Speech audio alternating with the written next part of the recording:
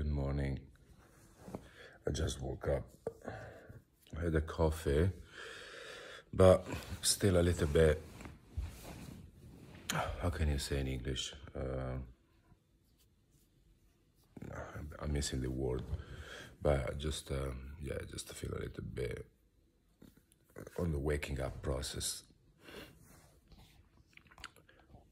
Now, I made this video to talk about when a few weeks ago I went to Glastonbury. I went for work for 3 days, but I had the time to explore a little bit of the area, and it was wonderful. It was absolutely a great area. I love it. It's powerful. I mean, if you are familiar with Glastonbury, Somerset, it's believed to be the heart chakra of our planet. So, and because of this, and maybe if it's true, because this powerful energetic field attracted a lot of people, spiritualists, philosophers, and so on. I mean, Eckhart Tolle, who knows who is him, is a very famous philosopher and writer, lived in Glastonbury for a period in the past. So it's an interesting area, not just for people that believe in spirituality, but if you love nature, it's definitely a place to visit for walks. I never been there before, and I took this job in Glastonbury for this reason, because I wanted.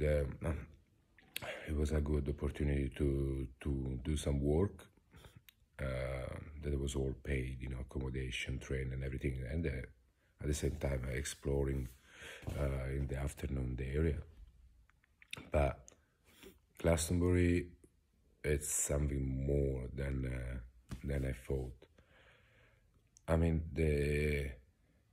when I arrived the first day, because I got a bus from the festival to the town, that is like 30 minutes away, I did not expect that. I mean, the unusual high street in UK, you have the usual supermarkets, Sainsbury, Tesco, you have the usual mainstream chains, phones, fix, clothes, shoes shops, and so on. This town is 90% of the shops are about spirituality, from tarot readers, hand readers, healers, meditation centers, bookshops about spirituality,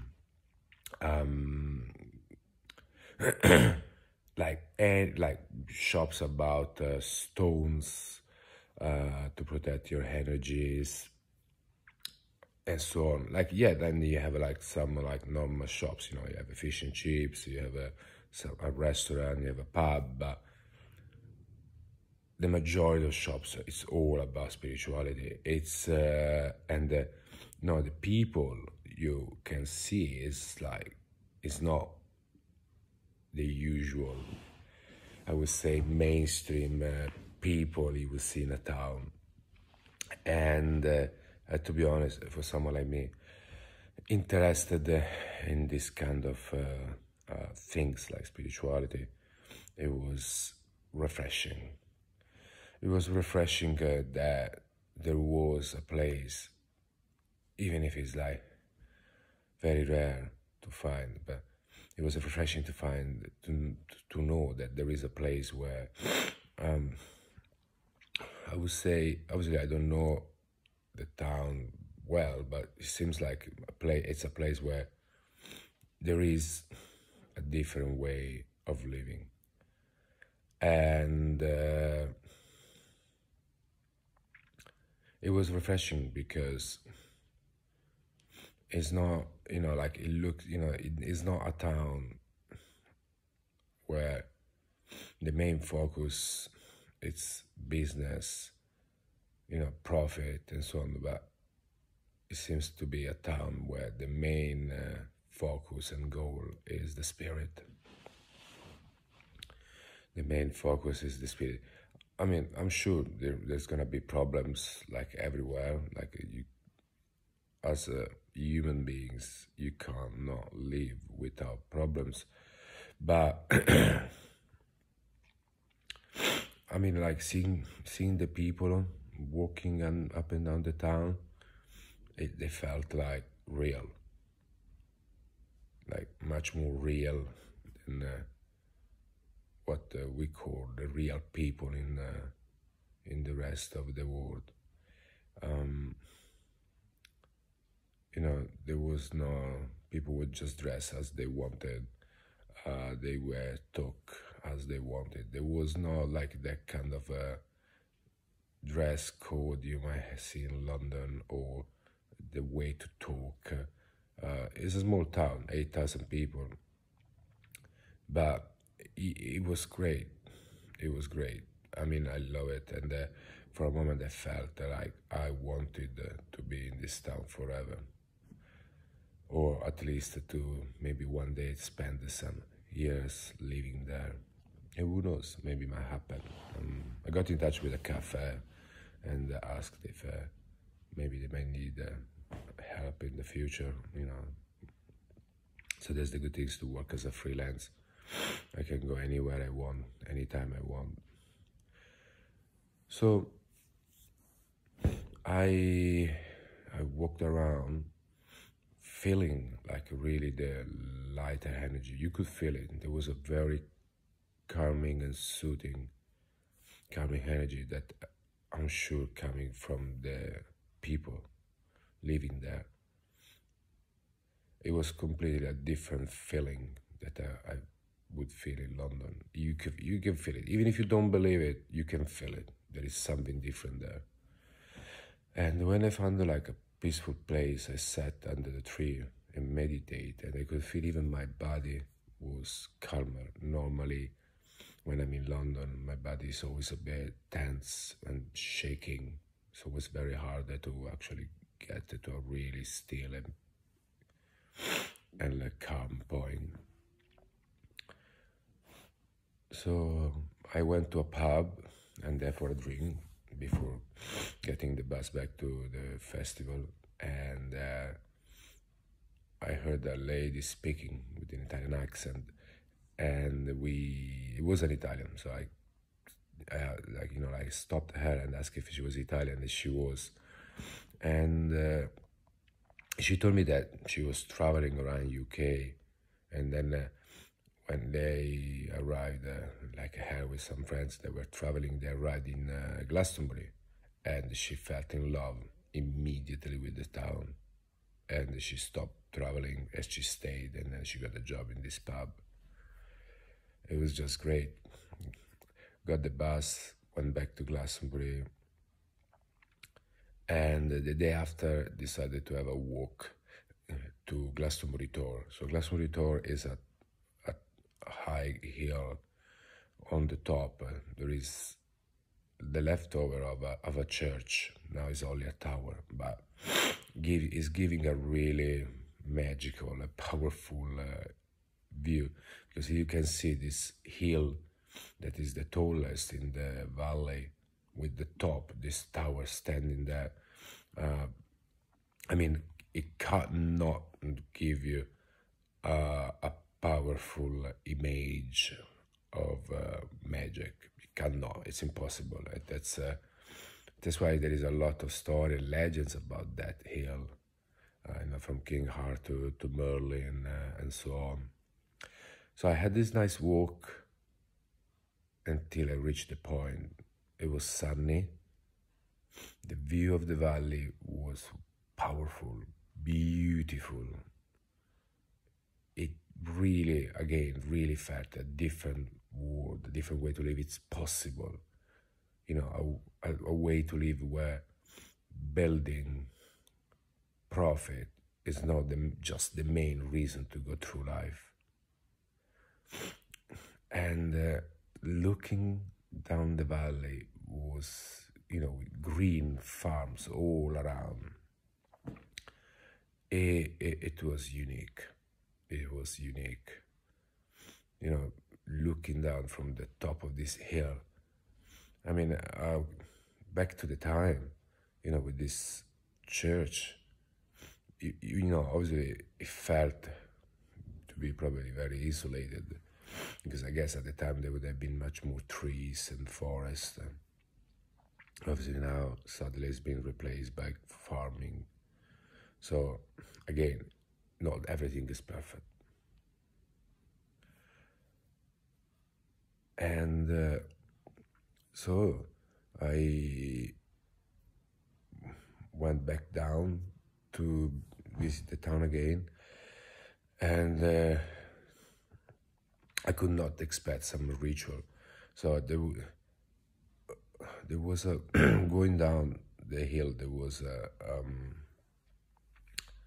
a space where they built in purpose a circle of trees, and in the middle there was people doing, I don't know if it was some ritual or meditation, but in the middle, you know, like, you know, because in spirituality it's believed that being in the middle of a circle of tree is a really powerfully energetic. It's like, you know, like you get all the energy coming through.